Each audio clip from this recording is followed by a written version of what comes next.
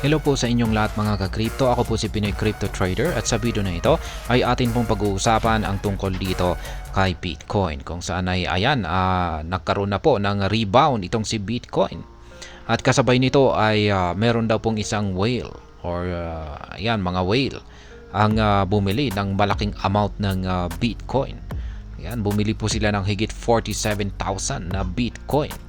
At yan po ay nagkakalaga ng 2.8 billion dollars at naganap lamang daw po ito sa loob ng isang araw. Kaya malamang ay isa po ito sa mga bagay na nagdulot sa pag-rebound nitong si Bitcoin. Kaya yan, bago po tayo magpatuloy ay nais ko lamang po munang bigyang linaw ang aking disclaimer kung saan ang nilalaman po ng video na ito ay hindi po ito isang financial advice. For education and information purposes lamang po ang layunin nito. Maliban po dito ay nais ko na rin pong magbigay babala na wala pong kahit anumang group chat ang Pinoy Crypto Trader. At ang sabi po rito ay Bitcoin is now on path to short-term price recovery following the accumulation of over $2.8 billion BTC in the last 24 hours. Kaya yan, itong si Bitcoin ay tinatahak na raw po nito ang kanyang short-term price recovery or pagbangon yan sa kanyang pagkakabagsak sa presyo. At mukhang kasabay po nito ay meron pong isang whale na yan nga bumili nag-invest ng napakalaking amount dito kay Bitcoin na umaabot po ng 2.8 billion dollars po yan. At mabilis po ang pangyayari dyan kung saan ay nangyari lamang po yan sa loob ng 24 oras. Kaya ibig pong sabihin ay talagang bumili po siya or nag-invest po siya ng malaking puhunan dito kay Bitcoin. Malamang ay baka sa tingin niya ay nag-dip na po talaga itong si Bitcoin. Ayan, sa 50 dito sa 56. Yan, bumagsak po kasi siya. Pinakamababang presyo po kung saan po siya bumagsak base dito sa datos ni Binance ay ang presyong 56,551. Kaya dito na po siya nagkaroon ng pagtalbog or recovery. At yan, na technical analysis po natin ito kanina. Kaya ayan, tumalbog po siya at umangat po siya. Ngayon, umaangat po siya. Pero para ito po ay magpatuloy sa kanyang pag-angat ay kailangan pa niyang basagin yung mga marami po tayong nakaabang dito ng mga resistance line na kailangan po niyang basagin. Ayan, this week Bitcoin's price is slumped to 56,555 triggering a bloodbath in the crypto scene. Ayan, totoo po yan. Bumagsak nga po gaya ng ating nakita rito sa chart ni Bitcoin ay bumagsak po siya sa 56,555. Kaya yung kanyang pagbagsak na ito ay nagdulot po yan ng marami po siyang hinatak po niya ang buong crypto market. Ayan, ay bumagsak na rin po lahat ang presyo ng mga cryptocurrencies at yan na nga, red na red po yung ating mga nakikita rito sa kanilang mga performance. Yan, red po lahat yan.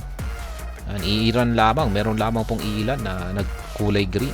Kasi yung pag red po yung nakikita natin dito ay ibig sabihin ay nakakaranas po sila ng pagbagsak. Pero kung pag kulay green naman ay nakakaranas naman po sila ng pag-angat or paglago sa presyo. However, market observers influenced by fresh on-chain metrics see significant reasons to believe the Bitcoin market is poised for near-term relief from the recurring price crashes. Kaya yan, may mga crypto analysts or market observers ang naniniwala raw na itong si Bitcoin ay mukhang naghahanda na raw po sa isang recovery or rebound. Kaya ayan, dulot po ng kanyang rejection dito. At kung makakabangon po talaga siya or siya na ay aangat ay ayan. Pero marami po tayong mga harang dito na kailangan po niyang pagdaanan or basagin para magawa po niyang magpatuloy sa kanyang pag-angat sa presyo. One factor is the renewed accumulation patterns of Bitcoin whales. Yan po. Ito po ang isang bagay na nagdudulot po sa recovery ngayon ni Bitcoin. Yung marami pong pumapasok na mga bagong malalaking investors. Yan po ang yung tawag po sa kanila ay mga Bitcoin whales. Mga malalaking o mga bigating mga investors po yan. Kung pag saan ay makapag-invest po sila, kung sila ay mag-i-invest ay umaabot po ng $1 million yung kanilang puhunan at hanggang $1 billion. Katulad na lamang po, bira lamang po yung mga ganito, yung mga nag-i-invest ng mga $1 billion. Yan, yung katulad ng ginawa nito, ng whale na ito, nag-invest po siya ng $2.8 billion.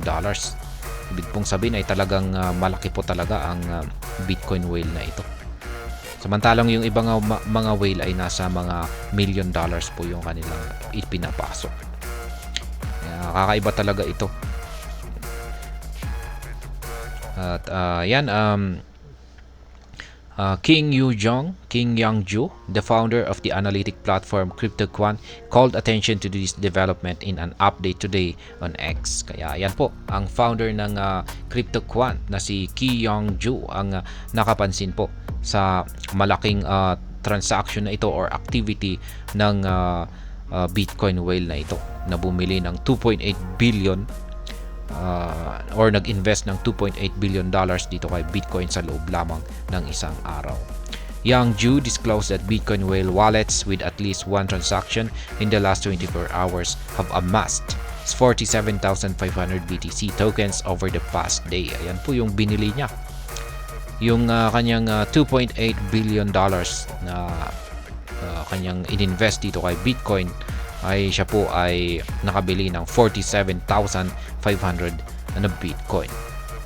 Notably, their average purchase price was $59,000, suggesting these investors bought the dip with $2.8 billion. Kaya ayan, yung average price kung saan po nila nagawang bilhin ang 47,500 BTC tokens nila, yan ay nasa $59,000. Kaya parang nagpapakita lamang po ito na sila ay nag-invest ng $2.8 billion dito kay Bitcoin sapagkat sa tingin nila ay bumagsak na po sa deep price ang presyo ni Bitcoin. Kaya sa tingin po nila, kasi marami na rin po kasing nagsasabi ng mga crypto analyst na deep price na po ngayon ang itong si Bitcoin. Nung bumagsak po siya sa 50 dito.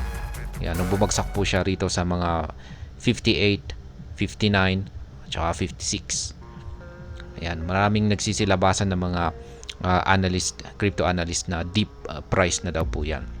Kaya malamang ay yan po yung naging desisyon ng Bitcoin whales na ito para mag-invest ng ganito kalaki na amount ng puhunan.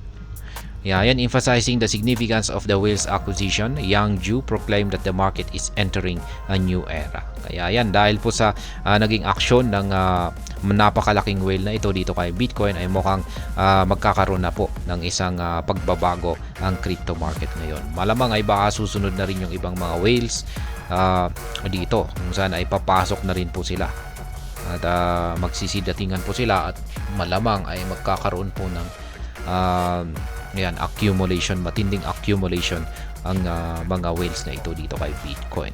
Kaya yan po yung parang magsisilbing pinaka-driving force nito para umangat ang kanyang presyo or para makarecover at ito ay umangat.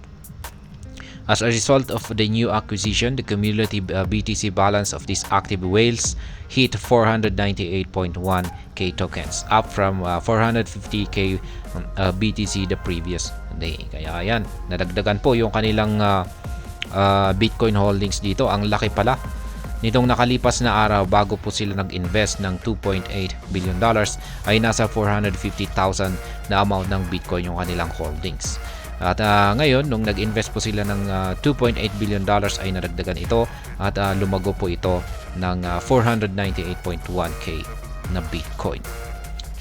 Yan, essentially, these active whales command $29.38 billion in Bitcoin. Kaya sa kabuuan ay ang halaga po ng 498.1k na Bitcoin tokens nila ay nagkakalaga po yan ngayon ng $29.38 billion. Kaya yan, ang laki po ng kanilang investment dito kay Bitcoin.